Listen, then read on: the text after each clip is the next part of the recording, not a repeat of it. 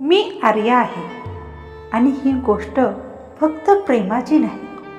ही गोष्ट आहे समजून न घेता एकमेकांवर ओरडणाऱ्या दोन मनांची आणि नंतर शब्द संपल्यावरही एकमेकांना न सोडणाऱ्या दोन हृदयांची. मी शहरातून गावात आले तेव्हा मला वाटलं नव्हतं की या मातीचा वास माझ्या श्वासांइतका जवळचा होईल. आणि सौरभ तो पहिल्या भेटीतच माझ्यावर ओरडला होता. गाव म्हणजे पर्यटन स्थळ नाही. इथे राहायचं असेल तर नियम पाळावे लागतात. त्या क्षणी मला त्याचा राग आला, खूप राग. पण आज समजतं तो राग नव्हता, ती त्याची भीती होती. आपलं गाव, आपली माणसं, आपली माती गमावण्याची. आमचं नातं भांडणातूनच सुरू झालं. प्रत्येक भेटीत ठोंबणे, प्रत्येक बोलण्यात तणाव. तो म्हणायचा, तू शहरची आहेस, तुला काय कळणार गावचं दुःख. आणि मी म्हणायचे, तू इतका कठोर का आहेस, भावनांना इतकं का घाबरतोस. पण एक गोष्ट दोघांनाही कळली नाही. भांडताना सुद्धा आम्ही एकमेकांकडेच पाहत होतो. हळूहळू गाव बदलू लागलं, किंवा कदाचित मी बदलले. मी शेतात गेले, माती हातात घेतली आणि पहिल्यांदाच जाणवलं, माती म्हणजे फक्त जमीन नाही, ती आठवणी असते.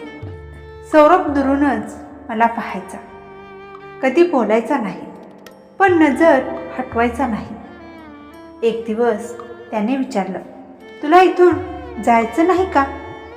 मी हसून म्हणाले, माणूस जिथे आपला वाटतो तिथून जायची इच्छा राहत नाही. त्या दिवशी त्याच्या डोळ्यात काहीतरी हललं. पण प्रेमाला नेहमीच परीक्षा द्यावी लागते. त्याला शहरात नोकरी मिळाली, तो निघून गेला आणि मी गावातच थांबले. लोक म्हणाले, शहरची मुलगी गावात काय करणार. पण मला माहीत होतं, मी त्याची वाट पाहते. शहरात तो एकटा पडला आणि गावात मी. दोघेही एकमेकांपासून दूर, पण मनाने एकमेकात गुंतलेले. एक फोटो आला, तो दुसऱ्या मुलीसोबत. त्या एका फोटोने माझं मन कोसळलं. मी पहिल्यांदाच त्याला फोन केला. आवाज थरथरत होता. तू खुश आहेस ना. तो म्हणाला, हो. पण त्या हो मध्ये मी त्याचा एकटेपणा ऐकला. मी गाव सोडायचं ठरवलं, कारण प्रेमात थांबणं सोपं नसतं, पण स्वतःचा स्वाभिमान जपणं आवश्यक असतं. पिशवी हातात घेतली, डोळ्यात पाणी होतं आणि तेव्हाच तो आला.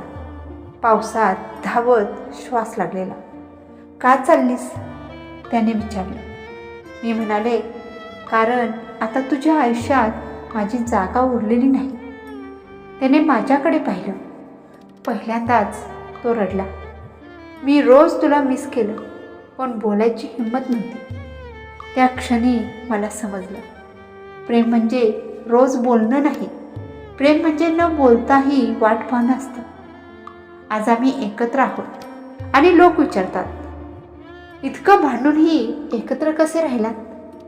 मी हसते आणि मनात म्हणते, कारण प्रेम गोड शब्दात नाही, तर खूप वेदना सहन करूनही एकमेकांना न सोडण्यात असतं.